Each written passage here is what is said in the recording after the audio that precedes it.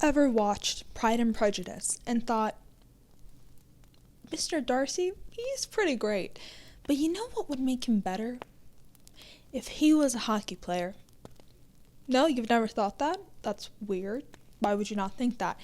Well, the reason for that may be because you are not a literary genius like the author of the book we're discussing today, Puck and Prejudice. This author is asking questions that you'd have to be high to ask. And you know what? Thank you, because I need the content.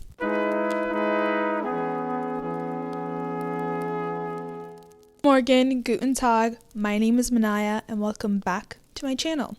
Though if my calculations and hypothesis is correct, this is probably you guys' first, probably last time on this channel. There are no words to describe this book, but I'll find them.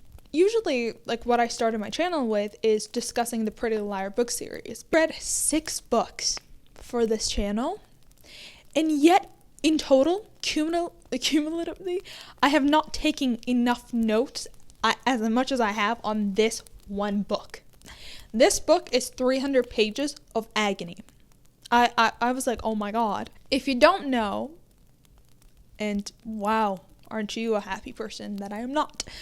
Puck and Prejudice is a time travel hockey romance that kept using the word Jane Austen in the description of the book. It's basically about this 30-year-old hockey player who plays for the Austin Regals, not a real team. I did have to look that up. I don't know hockey. Who time travels and falls in love with a British spinster who's like 28 years old, who dreams of being a writer and a widow. Tough dreams. And, you know, they fall in love, la la la. Even the description, it sounds insane, right? You're like, what? If you thought the title of this book was crazy, the little slogan, the little selling line under the title is Puck and Prejudice. Rink meets Regency. Well, if that's not going to sell this book, I don't know what is. Actually, speaking of the cover,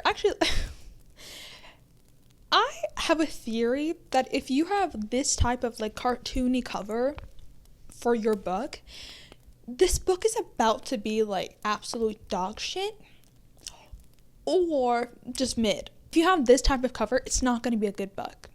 And I mean this type of cover, like, because I don't mean cartoony covers in general. Like, Emily Henry has pretty cartoony covers, and yet she can write.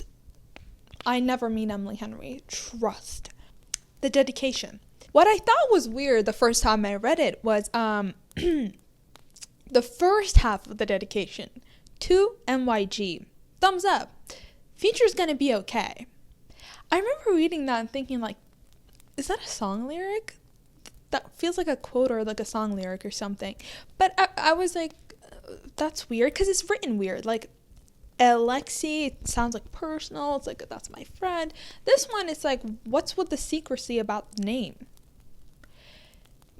The way I was reminded of this book was because another YouTuber, whose video I'll be linking in the description because it was really good, got on my For You page on YouTube, and I was like, oh my god, I forgot about this book. I remember the whole like NetGalley thing about it, like the arcs coming out. I remember it. I did not watch their video until I finished it because I wanted my own thoughts. Before I watched their video, I looked up the lyric because I was like, it's gotta be a song lyric. It was. That's a BTS song lyric. I was like, oh. After the lore I learned on this woman, I was like, wait. I looked up who sings this lyric, because why this specific lyric? Min Yoongi. I went and watched that aforementioned YouTuber's video to make sure I was correct, and I was. Unless we're both wrong. This woman dedicated this book to Min Yoongi of BTS. Let me introduce you to this book. Tucker Taylor is a 30-year-old NHL player, again for the Austin Regals, not a real team. He is not from Texas, though. He's not a southern boy. He's from, like, Michigan or something. I don't really care. Anyway, so he's visiting his sister in England, his little sister Nora, who's studying English literature, or, like, British literature. One of the first lines in this book, the second sentence of the book, The pub's best days were probably a few centuries ago. I literally highlighted that immediately because I was like, oh yeah, that's a reference that they're gonna bring up. Like, oh, I bet he's gonna, like, when he time travels or whatever, they're gonna be like, oh my god, we have that pub right down the street or something. Not subtle. And that's only the beginning of how not subtle this author is. This author lacks subtlety. It's like, that's not a word in their vocabulary at all. And that's why I immediately clocked when I did my research that was a Min Yoon Yi dedication. Because subtlety? The book starts with them being at this bar, King Yi Old Head or something, and not important. His little sister, Nora, who again is studying British literature, is arguing with her friend Pip about who was the better author, Jane Austen or the Bronte sisters. I say I'm like very knowledgeable in either or of the author's like writing, but aren't the Bronte sisters? So as in more than one author, and Jane Austen is one person. That argument didn't really make sense to me. That's like being like who's more attractive, Justin Bieber or the Jonas Brothers? Which one? Again, I haven't read the Bronte sisters enough to be like, oh my god, La is better than La. But I assume they don't have the exact identical writing style, so the argument doesn't even make sense. Very weird. Anyways, that's also when I clocked, when Pip started speaking British, that I clocked that, oh yeah, this is in Britain. So, I don't know why, but when I like read this is time travel romance that he travels to like England, I don't know why I thought it was not only time travel, but he teleported to Britain for some reason. So anyways, page 3 on my phone, so it must be like more. This man starts telling us how he's like, oh my god, I've been benched all season, I haven't been able to play, la la la. Page 4, he tells us he had cancer. Like immediately he's like, I had Hodgkin's lymphoma. And this is gonna sound really mean, but my note on that was, this feels like something that should have been revealed later and not shoved in the first chapter before I have a reason to give a fuck. Mind you, they're at this bar, they've been drinking, and he's like, I'm gonna go walk back to the B&B so I can catch some Z's. Insane line, that is not a paraphrase, he did say that. And his sister is insistent that he drives himself back with her car, her little Mini Cooper.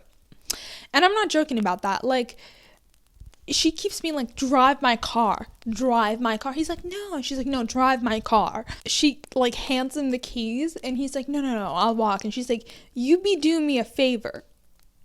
And on my notes, girl, he's drunk is the favor getting himself killed. Anyway, take the car. Her tone was final. My notes, she wants to be an only child so bad because that's insane. Just being insistent that your brother who's drunk, maybe not as drunk as you, maybe like tipsy, drive the car. What the hell is wrong with you? And it's not like it's, I mean, it wouldn't be better if it was summer, but it's like winter. You should have more caution. Like black ice, very relevant. What the hell's wrong with this bitch? He's driving and he keeps talking about how he doesn't believe in fairy tales. No one asked. And while driving drunk, he sees a kid and he swerves to hit him and falls right into a body of water and gets trapped under the ice. Just going like, ooh, let me out. And is transported back to 1812. Second chapter begins with Lizzie Woodash, or Elizabeth Woodash, the main character, main love interest, whatever, of this book. Before we get into it, because it will be mentioned, if you don't know, because you're not American, or if you've been through the American education system and you're like, God, they taught me nothing, it's okay. 1812 was when a war between Britain and America happened. The War of 1812, which I ironically found out through a Canadian show called Mr. Young when I was a kid. But yeah, there's a war of 1812. When he gets out of water and he's like, oh my god, it's the 1800s. Which, by the way, he did not question enough. He was like, oh yeah, I guess I just walked out to the 19th century. Yeah. And he meets our little Lizzie, A little bit about Lizzie is her dad died. It's a point that she keeps mentioning throughout the book. I don't care. Her chapter begins with her mother, sending her a letter. She is staying with her recently widowed cousin Georgie and their friend Jane. So she's kind of like mad about this letter because her mom's like, girl, you gotta get married. And she's like, I don't wanna. I hate man. Not a stance she's very strong on, because she meets Tucker, and I kid you not, immediately she's down bad. She's like, that is the most beautiful man I've ever seen in my entire life. That's the thing about this book, is they're like immediately horny for each other. I kid you not, I've never met more horny individuals in my life. And to get in like the right mindset, I like to listen to a book's playlist usually, but this book has no playlist because who's reading it? Who's creating a playlist? I found the second most appropriate playlist for a book like this. Lana Del Rey. None of the sad ones, only the horny songs. And yet even I couldn't understand it. Like, it's actually comical how she's like, oh my god, I hate man, blah, blah, blah. And immediately 2 seconds later, she meets this man and she's like, and I need you. So he gets out of the water, and to convince her, he's a time traveler. Well, she's pretty easily convinced, actually. She's like, you have zippers on your jacket. You have sneakers. She doesn't know what they are, but, she can see that's not a time-appropriate outfit. And also, further, they do my favorite time travel trope. I mentioned it again in the Time Could Totally Killer review. The whole thing of like, do you see my phone? This is not of your time. This is from the future. Thinking like, him having a cell phone is kind of stupid, because I feel like his clothes would have been enough of a sell. Though, you know what? Nothing to sell. Because like, nobody questions him time traveling enough. Like, she takes him to go meet her cousin, which, by the way, the journey from the water, the lake or whatever, to the house that she's staying at, her widowed cousin's house, was 3 or 4 chapters, to the point that I started thinking, is the whole book their journey to this house? Like, we got multiple POVs of this walk. They get to Georgie's house, and again, there's like little to no convincing needed, because as soon as he's like, look, my phone has camera, they're like, oh my god, the future. Well, that's not how they say, they're British, so it's like, oh my goodness. Beans on toast, you're from the future. If you're British, I am so sorry. What I mentioned earlier, the War of 1812, Tucker went into the water in December, but he comes out in 1812, June. I barely took American history, even though I went to an American public school. I think I took it 2 years, and one of those years was impacted by COVID, and it was like the later periods, like 1900s. But I Google searched, something this author refused to do. The War of 1812 started in July, but the war was declared in June 18th, 1812. There is no specific dates as to when he comes out the water, but it's not plausible because, spoiler I guess, because this book, I guess like his journey in 1812 starts in June and it ends in August. So he would have been like in that area where he was not supposed to be in Britain. So a lot of the things that happen in this book make even less sense than they already did. But I digress. It's not American history class. But just keep in mind that, like, that's, like, basic research you have to do, 1812. Like, you could have picked 1810, 1811, a time when tensions have not arisen. And that's something that they mention when, like, she meets Tuck. She's like, oh, tensions between the British and the Americans are rising. Why would you want that in your book? Like, this author wanted 1812, the War in 1812 as a backdrop, but also it disregarded that reality for the time that it was taking place, so it was just stupid, and that pissed me off. Anyway, so Tuck meets Georgie and Jane, and he tells them like what he's going through. He needs to go back to his own time, and they're like, you have to go to London to find someone who may know, because that's where all the scholars of time travel are. But he has to go with Jane. Oh my god, he must. And they can't just have her running around with a man. That would ruin her honor. Tuck and Lizzie must get married. And they have to go to Scotland to get eloped, because I guess that's Las Vegas for them. I don't know. And they must, so they can find a solution to his ailment.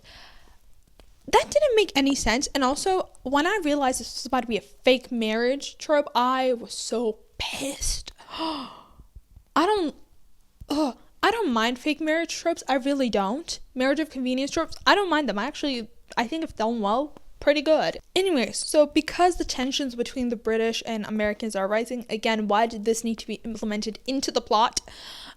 He has to have a cover story. He's a seller from Baltimore, and he sells dry goods. It does not matter. It's so they can sell him, you know. Lizzie's closest friends are Georgie, her widowed cousin, and Jane. I mentioned her a few times. Let me tell you something about Jane. Jane is a writer, which, you know, is obviously difficult in the 1800s for a woman. Jane is a female writer who had to publish her first book under a new diploma. Her first book, Sense and Sensibility. And apparently she's writing a second book, and she's so kind that she will be naming her newest main character after Elizabeth or Lizzie. Her second book. Canonically, Lizzie's bestie in this book is Jane Austen. The Jane Austen, yeah. The one you're thinking of. Yeah, so not only does this book market itself as a Jane Austen romance time travel, it also has Jane Austen in the book.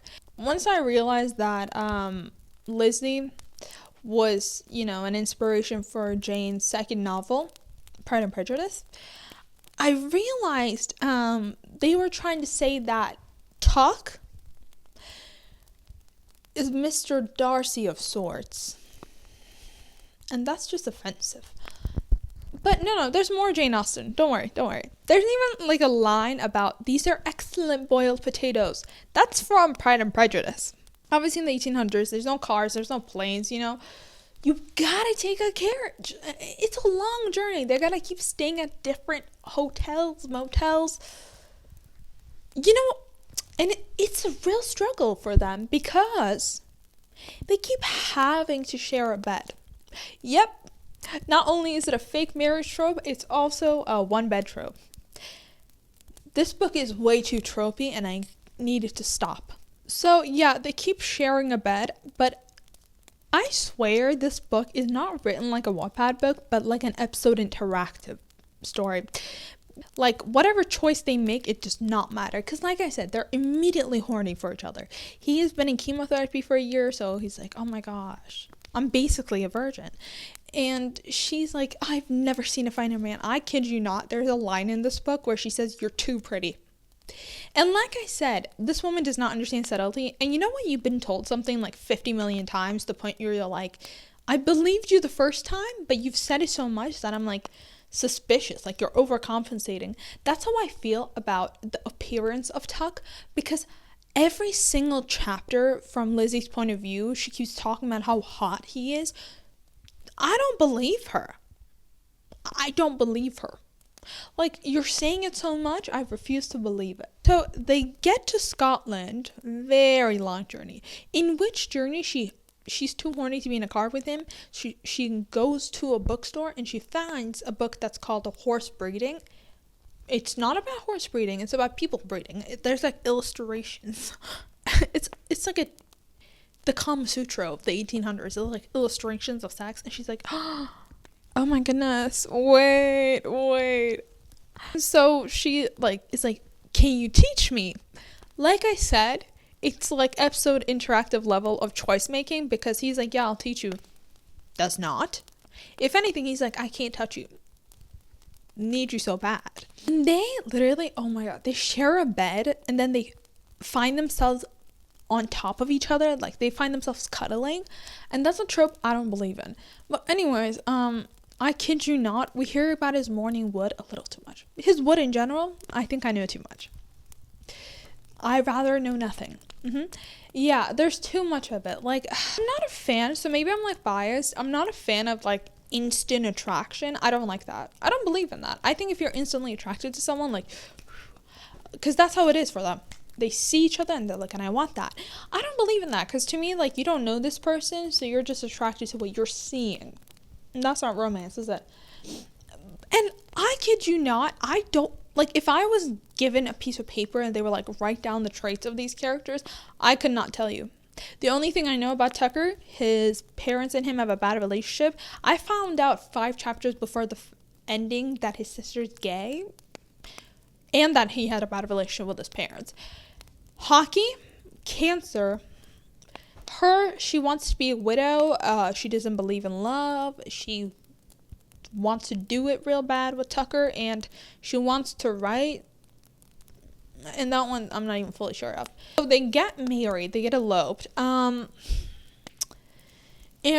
so Lizzie has this brother, older brother, Henry, who's like, oh my god, you're gonna disown our family for marrying an American, la la. So anyways, they get married. Her brother Henry apparently originally went to Georgie's house. Georgie lives like in the countryside. She lives very far from London, Mayfair, where they're from. Mayfair, if that sounds familiar. Bridgerton. I know that's not the only place where that's from. I looked it up. Sense and Sensibility also take place in Mayfair. My thing is, when she said she's from Mayfair, I kind of clocked that. At first I thought like, oh, this author just watched Pride and Prejudice 2005 and was like, wait. But the more we learn, like, I'm going to discuss this more when they get to London, but the more they talk, the more I realize, like, oh my god, she might have just watched Bridgerton, because this did come out in August, and season 3 did come out, like, June or something.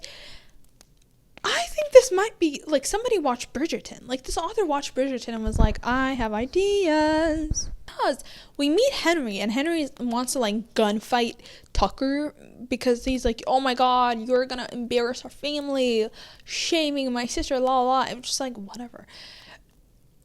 Which, I was like, that's when I clocked, even before the whole Mayfair thing, that this might have been a Bridgerton thing. Like, I'm convinced by the end of this book that this author watched Bridgerton and was like, and I have an idea on how to make it better. Anyways, they don't gunfight. Damn it. But this confrontation is enough for Elizabeth and Tucker to finally do it. Not penetration. So they're walking around outside in the rain, and mind you, there were kids drowning earlier, so this is definitely like a very public area outside, and they decide this is the appropriate setting for him to give her head. And why I mention this scene is it's so funny. Not only is he giving head under the rain outside on a tree trunk, but he's so bad at head that she catches a fever instead. Head game so trash, she'd rather catch a fever than whatever that is. So that gives us a chapter barely of him being like, I thought you were gonna die. Oh my god, that stressed me out so bad. Oh my god, I thought you were gonna die. And she's like, dude, we have medications too. It's a fever.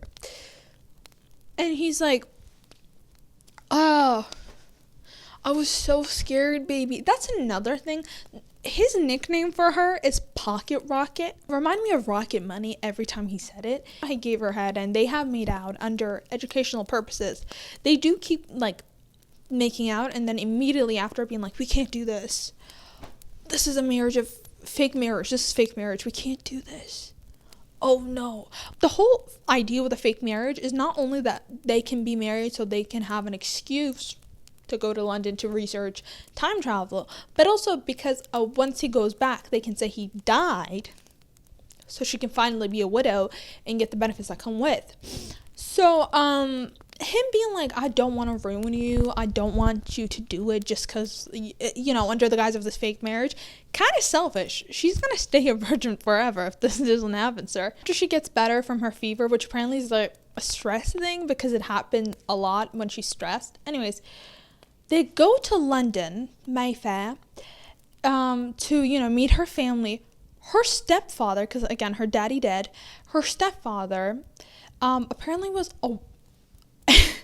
in the military and fought in the First War against America, so he does not like Americans. Again, I have no idea why she keeps talking about the tensions between Americans and the British. Why would that need to be a necessary plot point in this book? The stepfather's like, I have a limp because of that war. I don't like Americans, but it's okay. It's all good because they're married. And Lizzie put on her big girl pants and she's like, we were married already, la la. While her parents are literally next door and so is her brother, they fully are like, oh, damn. Immediately make out. Yeah, immediately make out. He's like, oh, we can't do this. And she's like, I mean, because, let's wait until my parents are asleep.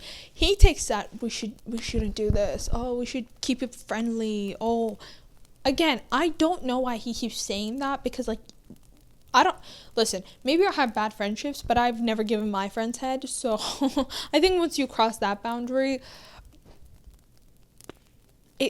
it's not friendly anymore. Also, the miscommunication in this book was insane. Like, they both wanted each other but refused to talk about it. And it's like, I hate miscommunication tropes. I think that's cute and all when you're 18 or something. But when you're 30, that's no longer cute. They must go to a ball to meet the ton. Again, this is where I clocked that it might be a Bridgerton thing. Like, I don't think they're the only ones doing ton and Mayfair or whatever. But the descriptions, with the dancing cars and all, the attention to it, felt more Bridgerton than Pride and Prejudice. Goes to the ball and she has friends, but she's like, they're acquaintances, they don't know me, like Georgie and Jane. So she goes to the bathroom with them, the powder room. While he's standing around waiting for her to come back, he meets Ezekiel Fairweather. Ezekiel Fairweather is a professor from 2019.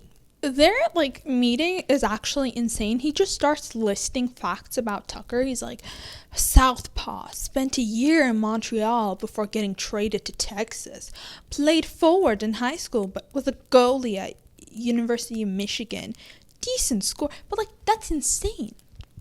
Could you imagine going up to someone and just listing facts about them and their career? I'd be scared. I get he's a celebrity, but, you couldn't just be like, hey, I'm from the future. Guess how I know that? Because I know, you're a hockey player. You don't need to list the stats, man. He would have believed you for less. Nobody questions anything in this book. Zeke is like, come meet me with your wife tomorrow, and I'll tell you, what I know about time traveling. And that's when I realized the whole point of this fake marriage was because, they wanted to find a solution how to send him back home. The whole book has been about the journey to eloping and then the journey to London. They have, most of this book was literally just the journey to Scotland. Dual POV did not work because they were saying the same thing, of the same scene. So it was just nonsense. That's why it was, agonizing to read. So I kind of realized, oh my god, they've actually done no research. Arrive in Mayfair, and immediately a chapter later, they're like, we have to go to the ball. But it's been weeks that they've been in London. The ball did not happen the next day. It happened a few days later. So they had those few days to go out into London to research time travel. They did not.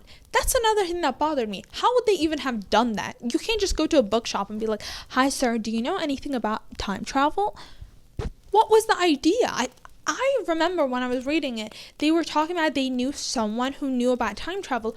They did not look for this person. They didn't look for any solution. They just kept saying, we can't do this because I got to go back home. But they made no moves to go get him back home. Until Ezekiel literally falls into his lap with his 5'5" self talking about, oh, I'm a time traveler from 2019. I know stuff because I was researching this.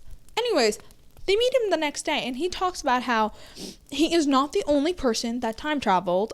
There are many who do. He was a professor at U.S. Berkeley who, went into a lake or something. It does not matter. Who time traveled to the 1800s. He time traveled in 1809. A reasonable time to be writing this. Anyways, he's like, oh, you gotta go back in the water because that's a portal to time travel. And Tucker's like, well, I tried and it didn't work.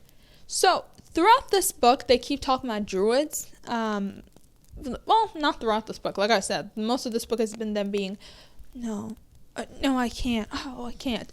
But when they were talking with Georgie and Jane in the beginning, they were talking about the druids and druid stuff being near them. I'm gonna be honest, they said druids a lot, and all I kept thinking about was Teen Wolf. Also, they kept saying druids and Celtic, and I was like, is that not Scottish and Irish? Am I confused? Yes. Anyways, so basically, the theory is there are ley lines, right? And they get supercharged when it's a druid holiday, one that may not be celebrated, but when it's a druid holiday, ley lines get supercharged, allowing, time travel. So if he goes back in the water during a druid holiday, he's gonna go back home.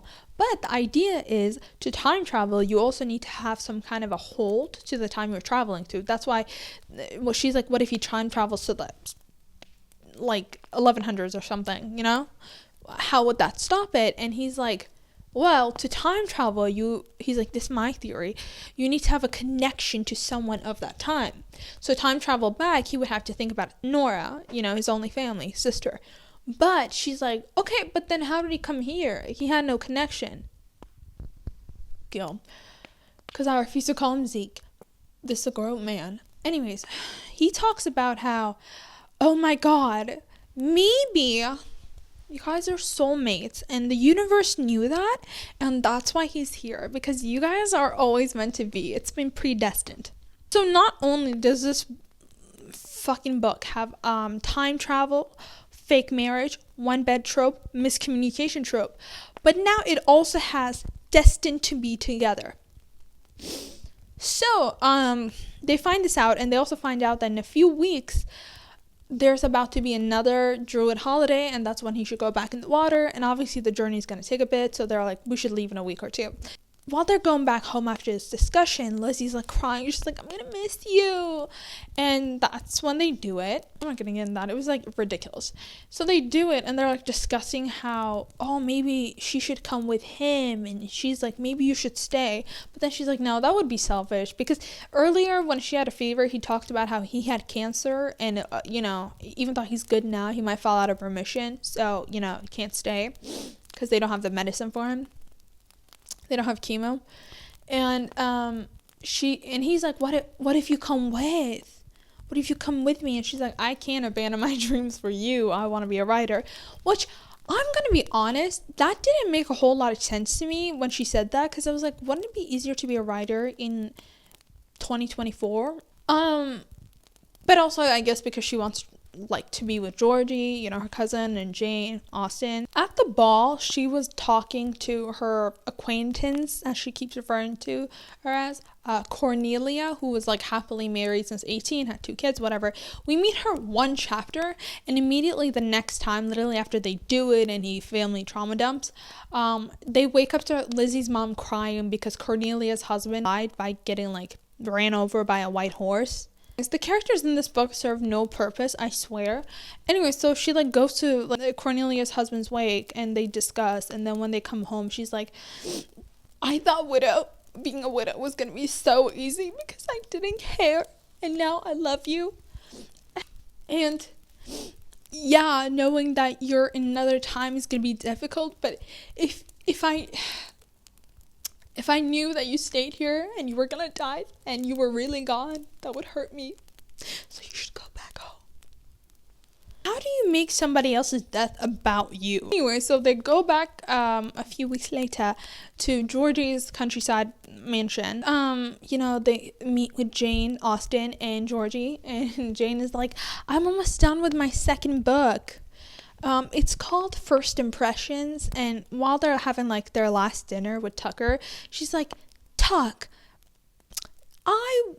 I want your help naming this book, because they're like, you can't call it First Impressions because the first book was called Sense and Sensibility and you wanted to match.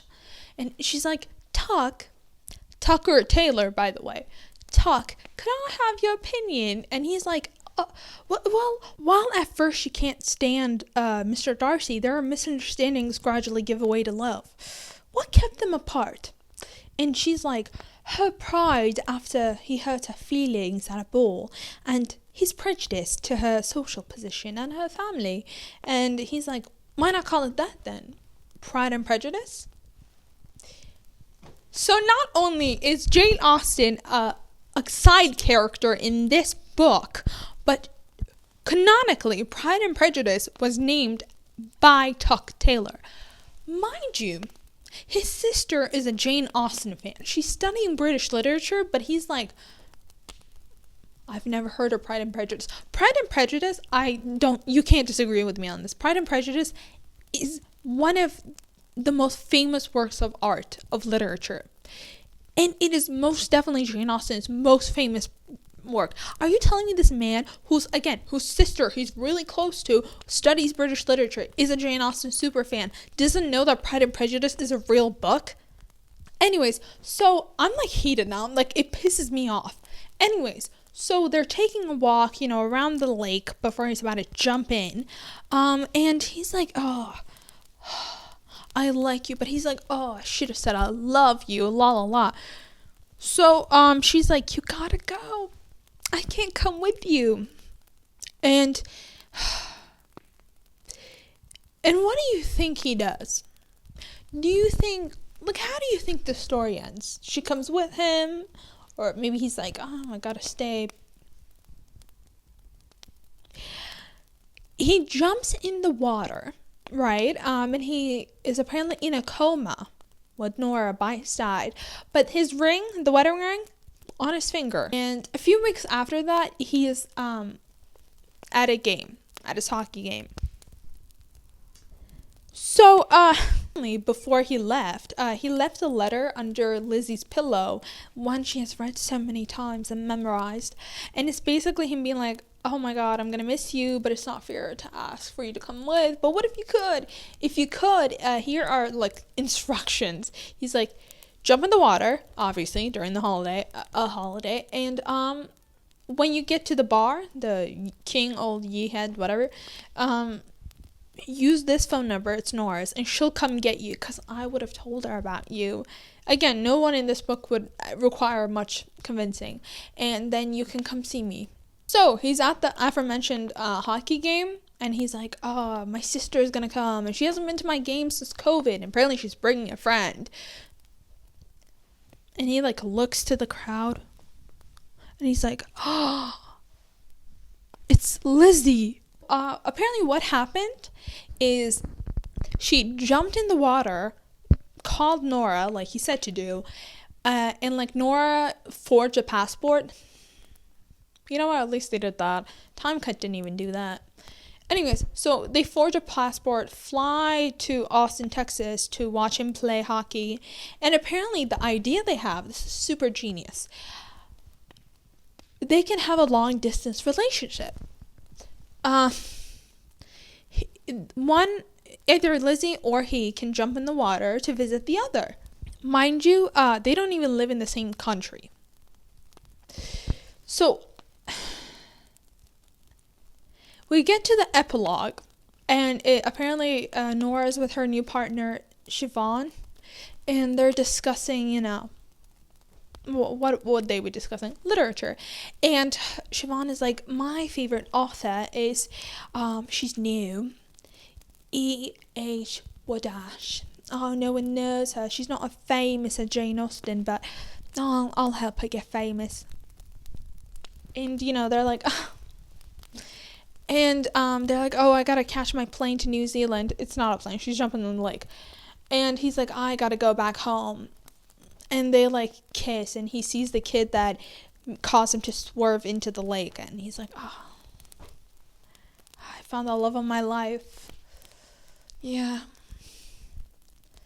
I guess love exists. Oh, my God. It's insane. First of all, let's start from the end. The plan is for them to be in a long-distance relationship where one of them has to jump into the water to get to the other. It doesn't make sense. Does this mean, every time they want to see each other, she has to go to the bar and be like, hey, sorry, I know I'll see her like 2 months ago. Can you call that bitch again? Or like he has to jump in the water, like he has to, like the problem with it is they also have, like, they have to go to a different country to be together. It's ridiculous to say that she can go back and forth. And the thing about it that makes it even more ridiculous is that it's not even like an easy way to travel. It's not like, oh, she opens the door, she's like, it's not Narnia. Do you know what I mean? She can't just open a door and travel. It's not like she can like put on a necklace or something and travel. It's not like she can use her phone and travel, or like he can. It's not easy. It's actually super convoluted because this woman chose to make the love interest an American from Texas. And like, not only do they have time making it long distance, also they have locations making it difficult. So it was like ridiculous. Another thing that's ridiculous is, first of all, when I heard of this title, I was like, it's an obvious money grab. And when I read it, I realized like, oh, it is definitely a money grab, because Book Talk has been obsessed with hockey romances. Not a phenomenon I'm getting into. It's either American football or hockey, but it's been more predominantly hockey. And I don't like hockey. I don't understand hockey enough to be like, oh my god, I'm into that. And again, this might be me being biased because I love football, soccer. I think it's one of the most attractive sports. Why couldn't he be a soccer player? If it's not a money grab, you explain that to me. Why couldn't it be a soccer player? Because it would have made more sense. He would have been in Britain, or at least in Europe, but he would have been in Britain, and he wouldn't have had to deal with the backdrop of War of 1812. Again, why is the War of 1812 even a thing in this? Another thing, him being a hockey player literally added nor it took away nothing from the story. Like, the only reason he's a hockey player is, one, again, money grab, but also because she wanted to make stupid ass references to be like, we're a team. We must be honest. We must communicate. That's another thing. He kept telling her to communicate, yet they did not communicate. Another thing is Tuck is a goalie, and he like literally will not shut the hell up about how, because he's a goalie, he can read people. Oh, baby, please, I can read you. Something is wrong. I hate this fucking book. Anyways, he cannot read people. He's illiterate, both in reading people and reading books. You are the only one I will ever love. There will never be anyone like you. They knew each other from June till August, and I'm pretty sure we were privy to most conversations they had. And let me tell you something, it was nonsense. All they talked about was, oh my god, he's a hockey player, he had cancer, he has a sister, and she wants to be a widow, and her dad dead. Yet that was enough for them to be like, you are the love of my life. Literally this morning, before I set up to film, my friend sent me a TikTok of a book, and she was like, you should read this next. And my favorite thing is the way that TikTok has affected marketing when it comes to books, because it was literally, again, same cartoony ass cover, and it was, she has celiac disease, but he's willing to eat gluten-free for her. What? What is even the plot? What's the plot? I just have trope with the side of plot. You have to have a plot. Anyways, my next video will be recapping the Pretty Liars series, business as usual. And after that, I'm either gonna read the book that my friend sent me, the celiac disease one, or I've been meaning to do this because I saw a post about it in my book talk video. I had to cut it out because I'm gonna read it, so I don't want it spoiled. Blood of Hercules. I took Greek mythology this past semester, and literally in my last class, I discovered this book on Twitter, Blood of Hercules. Yeah. I read a page from it because someone posted it. It is insane. All I can say about this book is, do you guys remember the 2022 POV stuff where they'd be like, it's your 18th birthday, look up, what color did you get? It is that in a book format mixed with Greek mythology. It's going to be really good because it's a series, so I'm going to be very employed if people keep watching it. Anyways, thank you for watching. Please don't forget to comment how pretty you think I am before you unsubscribe, because this is what you came here for. Anyways, thank you. I love you. This is literally the quickest turnaround I've ever had for a video. It usually takes me like a week to like film and then like edit. Yet I'm filming this on a Friday, and this video is either going up later tonight or Saturday. So thanks for peer pressuring me, guys, into doing my job. I don't really pay attention to my notifications on TikTok, but if you're like, oh my god, I love hearing you talk, I want to hear you talk about more bad books, or even good ones. It doesn't have to be bad. It doesn't. I would say tag me, but I'm probably not going to see that. Again, I don't check my notifications. That's why I had to make a whole video on where are you people coming to my page from. So maybe like comment down below. Thank you for watching. I love you. Au revoir, and I hope to see you again.